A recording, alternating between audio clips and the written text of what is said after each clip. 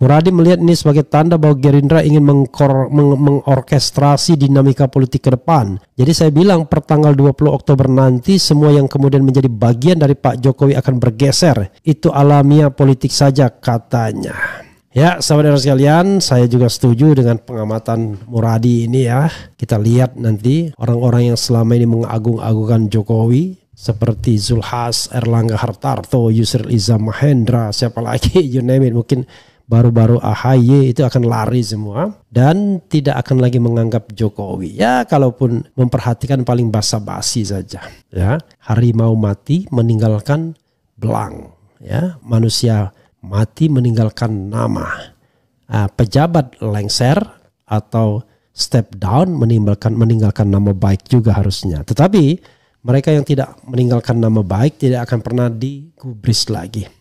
Hal yang paling baik adalah Habibie ya. Ketika step down betul-betul istirahat sebagai begawan sehingga suaranya paling tidak masih dihormati orang. Tapi SBY masih cawe-cawe di partai politiknya. Megawati masih jadi ketua umum partai politik. Jokowi sudah terlihat cawe-cawe dengan putra-putra dan menantunya. Pengamat yakin Jokowi akan ditinggal parpol pendukung setelah Prabowo dilantik.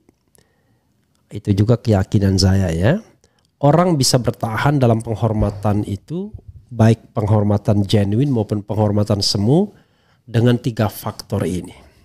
Pertama, nama baik yang membuat orang segan dan senantiasa hormat. Habibie barangkali ya salah satunya. Yang kedua adalah harta yang berlimpah dan banyak. Akan membuat orang tetap hormat juga walaupun tidak genuine. Ya. Nah, yang ketiga adalah kalau dia terus cawe-cawe. Hanya masalahnya kalau dia cawe-cawe tanpa kekuasaan, ya orang tidak akan dengar lagi akhirnya. Bayangan saya, sahabat era sekalian, Jokowi tetap akan cawe-cawe setelah tidak lagi menjadi presiden. Memang dia akan tinggal di rumahnya yang 12 meter persegi itu, ya, yang dibangun di daerah Colomadu kalau tidak salah, tetapi dia pasti tetap akan kontrol Jakarta, Jawa Tengah dari kediamannya atau dari tempat dimanapun dia berada. Tapi apakah akan efektif atau tidak? Menurut saya inilah yang akan membuat Jokowi nanti akan putus asa. Maka yang perlu dilakukan adalah yang menjaga terus pundi-pundinya. Selama pundi-pundinya masih besar, masih menguasai resources, entah resources di mana, maka orang tetap akan mempertimbangkannya. Kalau tidak, orang tidak akan lagi mempertimbangkan dan bahkan cenderung mengabaikannya. Kita lihat ya, yang jelas ngeri-ngeri sedap ya. Pemimpin yang menginvestasikan nama baik tidak akan pernah ragu ketika dia step down. Tapi pemimpin yang menumpuk resources, baik resources kekuasaan, politik dinasti atau dinasti politik, maupun juga harta, ya, pundi-pundi rupiah, maka dia pasti akan gelisah. Ya, ini hukum alam yang harus kita pahami. Ya, coba kita baca ya. Pengamat yakin Jokowi akan ditinggal parpol pendukung setelah Prabowo dilantik. Dilansir oleh tempo.co ya. Coba kita bacakan. Tempo.co Jakarta, pengamat politik dari Universitas Pajajaran Muradi. Kalau tidak salah Muradi ini pendukung Jokowi awalnya, entah sekarang ya. Mengatakan pengaruh politik Presiden Joko Widodo atau Jokowi akan redup setelah pelantikan Prabowo Subianto sebagai presiden pada 20 Oktober mendatang. Sekarang 5 Juli, Agustus, September, Oktober, November, Oktober, tinggal 3 bulan, 3,5 bulan lagi ya. Sorry, Agustus, September, Oktober, ya 3,5 bulan lagi. Saya kira Jokowi harus terus-menerus khawatir dia ya. Menurut Muradi, latar belakang Prabowo sebagai militer membentuk kepribadiannya menjadi seorang yang cenderung formal. Prabowo pun akan enggan terus-menerus manut kepada Jokowi. Pak Prabowo itu kan orangnya formal banget, tertib dan formal. Dia tidak akan terus-terusan mendengarkan Pak Jokowi setelah Pak Jokowi tidak lagi presiden, ujarnya. Prabowo sempat mewacanakan akan membentuk Presidential Club setelah dirinya resmi melenggang ke istana. Ya, ini juga pernah disuarakan oleh pendukung berat Prabowo ya, yang bernama siapa? Mantan Ketua Umum Pemuda Muhammadiyah itu Dhanil Anzar Simanjuntak ya. Klub informal ini akan jadi ajang mantan presiden berbagi pandangan untuk pemerintahan baru. Meski relasi Prabowo dan Jokowi akan terawat lewat forum pensiunan kepala negara itu, kata Muradi, ini tidak berarti Prabowo akan mengikuti arahan Jokowi. Jadi Presidential Club itu apa bisa mempertemukan SBY dan Megawati. Dan jangan lupa di Presidential Club itu ya orang seperti Megawati akan tetap menganggap dirinya sebagai presiden atau sebagai ketua ya, dan memang paling senior kan, kelahiran 47, SBY 49, kemudian Jokowi bahkan cuma kelahiran 61 dan Prabowo kelahiran 51 atau 52 ya, 51. Oke. Prabowo dan Jokowi punya pengalaman pahit. Muradi menuturkan masa-masa menjelang pemilihan presiden 2014, Prabowo sempat bertemu dengan Luhut Binsar Panjaitan, Menteri Koordinator Bidang Maritim dan Investasi saat ini. Prabowo meminta Luhut agar tak mendukung Jokowi. Ia ragu dengan kapabilitas mantan wali kota Solo itu memimpin negeri, seraya mendampratnya dengan sebutan sopir andong. Cerita ini juga pernah disampaikan politikus PDIP Pandana Baban. Tapi jangan lupa, justru bisik-bisik tetangga mengatakan Luhutlah yang menggendong Jokowi sehingga bisa menjadi orang nomor 1. Luhutlah yang menyewa lembaga survei untuk menaikkan elektabilitas Jokowi ya. Lihat saja perlakuan Pak Prabowo waktu 2014 ke Pak Jokowi. Dikatain sopir andong, tukang angkot, diomongi begitu, kata Muradi. Ada juga yang menyebut tukang bakso dan lain sebagainya, tapi saya tidak mau sebutkan siapa namanya. Itu pernah disampaikan juga ya. Menurut Muradi, sikap Prabowo yang mengomentari Jokowi dengan sebutan-sebutan yang merendahkan ini menunjukkan bahwa mantan Komandan Jenderal Komando Pasukan Khusus itu akan tetap mempertahankan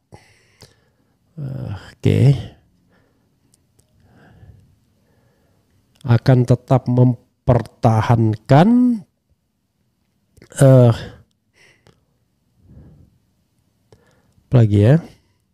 akan tetap mempertahankan jarak formal. Sikap Prabowo yang militaristik ini juga akan membuat dirinya sulit diintervensi oleh Jokowi. Kekhawatiran banyak orang bahwa beliau akan tetap melakukan upaya intervensi bukan perkara gampang, tapi mungkin akan dilakukan juga, kata Guru Besar Ilmu Politik dan Keamanan Universitas Padjadjaran ini. Pertanyaan penting menurut Muradi adalah apakah aparatur negara akan tetap loyal kepada Jokowi setelah tidak lagi menjabat. Muradi memprediksi aparat keamanan termasuk polisi, TNI, dan intelijen pasti hanya akan loyal kepada pemerintahan baru Prabowo. Selain itu, Muradi mencatat Partai Gerindra mulai intens menggalang koalisi dengan partai politik lain untuk Pilkada 2024 dan mulai menonjolkan jagonya dari kader partai untuk maju. Di Jawa Tengah misalnya, Gerindra mengusung Ketua Dewan Pengurus Daerah partai tersebut, Sudaryono, untuk maju pada pemilihan gubernur. Bukannya Kapolda ya, Ahmad Lutfi. Muradi melihat ini sebagai tanda bahwa Gerindra ingin mengorkestrasi dinamika politik ke depan. Jadi saya bilang pertanggal 20 Oktober nanti semua yang kemudian menjadi bagian dari Pak Jokowi akan bergeser. Itu alamiah politik saja, katanya. Ya, saudara sekalian, saya juga setuju dengan pengamatan Muradi ini ya.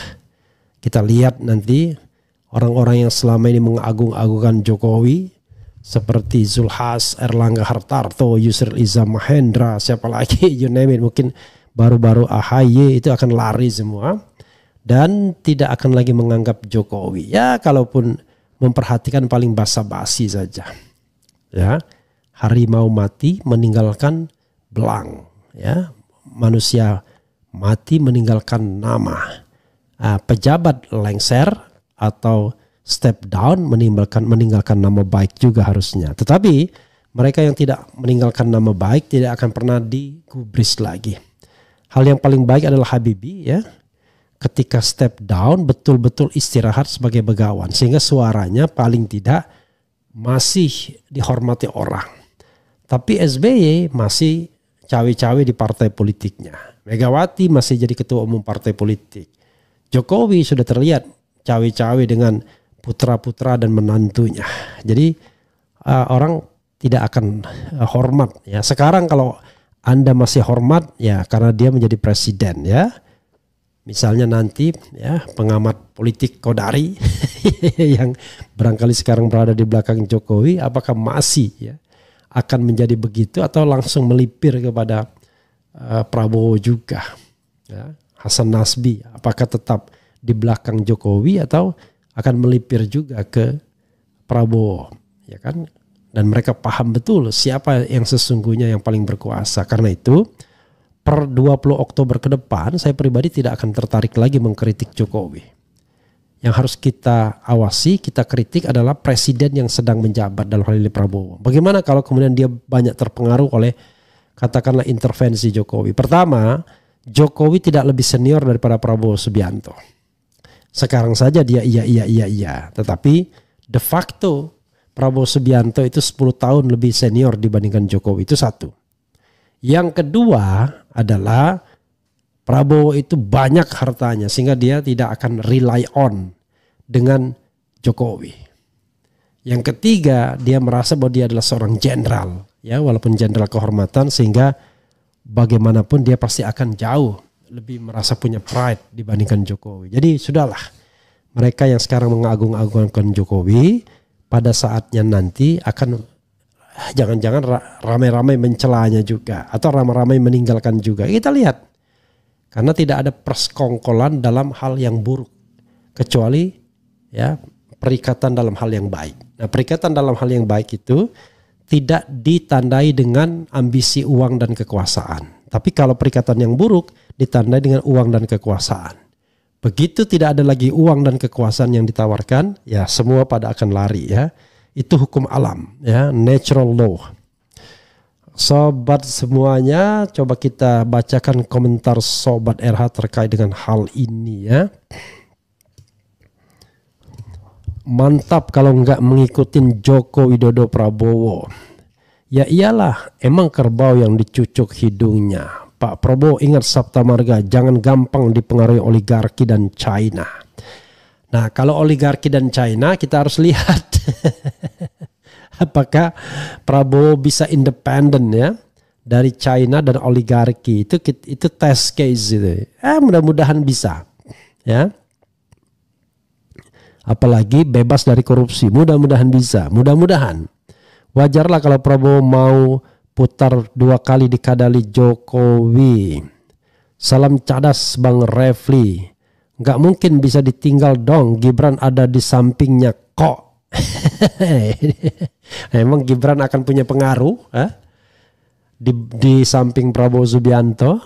Nonsense ya. Bayangkan. Wakil presiden senior saja seperti Ma'ruf Amin saja ditinggal ya oleh presidennya, apalagi anak kecil ya. Oke. Saya sangat setuju kalau Pak Prabowo tidak mengikuti jejak Jokowi, bila perlu Gibran diasingkan gitu loh Pak Prabowo banget ya. Itu yang diharapkan. Mudah-mudahan semua aturan dan kebijakan Jokowi yang bertentangan dengan Pancasila dan Undang-Undang Dasar 45 dibatalkan oleh PS. Bagaimana caranya?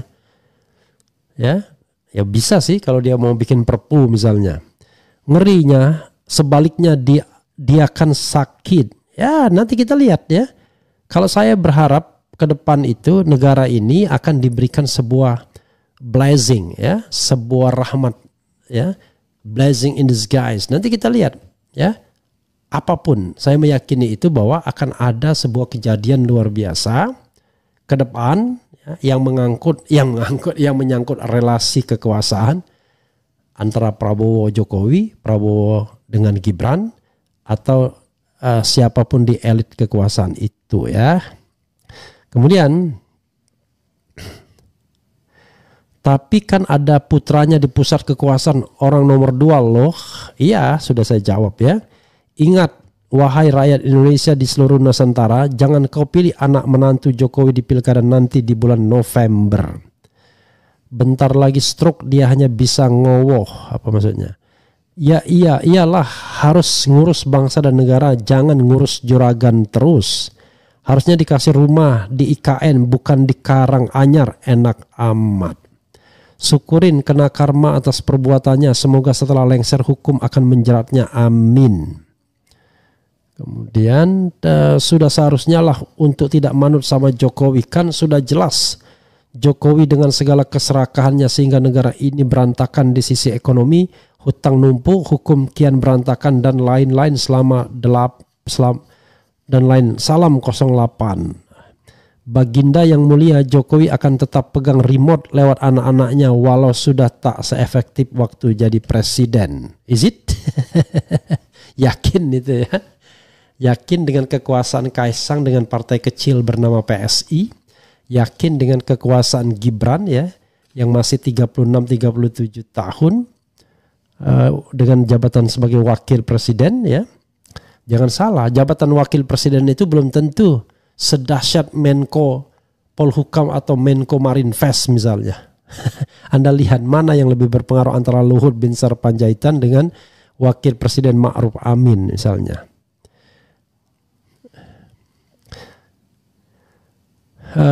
Mosok rela diplokoto selama kurang lebih 5 tahun, ya balaslah meski sedikit-sedikit saja, yang penting tidak lebih membalasnya, haha. Ukur dari diri sendiri kita ajalah, kita kan manusia ya. Udah mau lengser masih belagu Owi, kita udah muak sama lu sekeluarga. Bentar lagi Oktober, harap cemas karena kekuasaan ada akhirnya, satu kata harus jujur. KPK berani nggak nanggapi laporan Ubaidillah Badrun jika Prabowo mimpin? Kalau itu saya nggak yakin ya. Kalau perkaranya perkara korupsi ya, dilaporkan kepada KPK, karena jangan sampai menepuk air di dulang terpercik di muka sendiri. Makanya from the beginning saya mengatakan saya nggak yakin Prabowo mampu memberantas korupsi. Ya paling tadi tebang pilih, diincar orang-orang yang tidak berada dalam skema pemerintahannya, selesai. Sementara koruptor kelas kakapnya mepet terus biar tidak diincar ya. Bila perlu jilat kakinya. Prabowo seorang patriot sejati. Beliau akan memilih orang-orang yang punya integritas, tidak mau lagi menjadi bayang-bayang Jokowi yang apalagi orang-orang oportunis yang culas. Nah, nggak yakin kalau saya ini. Caranya gampang, nanti lihat saja berapa ex-menteri Jokowi yang akan dipakai. Maka saya membayangkan yang dipakai itu adalah mereka yang cawe-cawe dalam pemenangannya. Kalau itu yang dipakai sudah jelas, kita nggak mungkin berharap, ya kan? Menteri X yang pernah disebut atau dititipkan oleh Jokowi misalnya. Kalau itu mana bisa kita berharap ya? Pasti nama politik begitu, apalagi ya.